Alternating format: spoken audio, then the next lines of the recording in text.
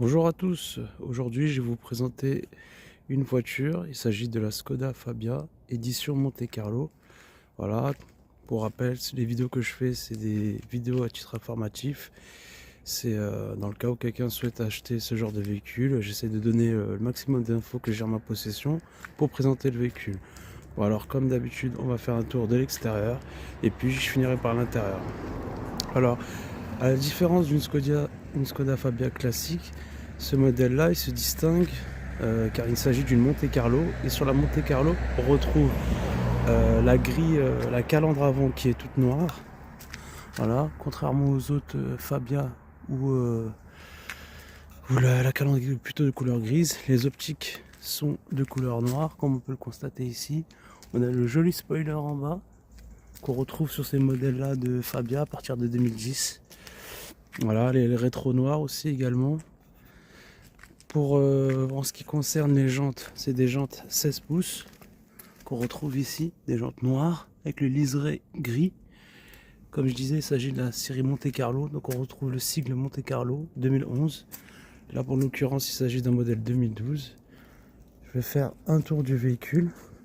Alors le modèle que j'ai là actuellement était livré comme ça d'origine avec les vitres teintées. On peut s'apercevoir que le toit est noir. On a une sorte de béquet à l'arrière aussi, qui donne un look un peu sportif au véhicule. L'arrière se présente ainsi. Et on peut retrouver aussi un spoiler pare-choc arrière, qui lui donne aussi un petit look agressif, avec des nervures qu'on peut retrouver là. Voilà, on a les tours de roues qui sont couleur noire aussi également. Alors on retrouve encore le sigle Monte Carlo sur les ailes, à gauche et à droite du véhicule. Voilà, ça c'est ce qui concerne l'intérieur, l'extérieur plutôt, excusez-moi. Là du coup, je vais passer à l'intérieur pour vous montrer un peu l'habitacle du véhicule. Hop, voilà, alors sur cette série là, sur les seuils de port, on retrouve la mention Monte Carlo. On a des sièges baquets sur ces séries là, avec le petit accoudoir. On a un volant 3 branches, avec les surpiqûres. Je sais pas si on le voit bien. Surpiqûres rouge. On a les pédaliers aussi qui sont chromés. À l'intérieur, voilà, c'est un intérieur assez simple. Avec le poste, l'autoradio. Pareil ici, on retrouve des surpiqûres rouges en ce qui concerne le frein à main. Le ciel de toit est de couleur noire. L'arrière se présente aussi comme ça. C'est une petite citadine. Et donc pour l'habitacle c'est tout. Je vais vous montrer un petit peu le coffre parce que j'ai oublié de montrer l'intérieur du coffre également. Hop là, voilà, il y a un espace assez réduit. Mais bon, pour une citadine de ce genre, on va dire que c'est classique.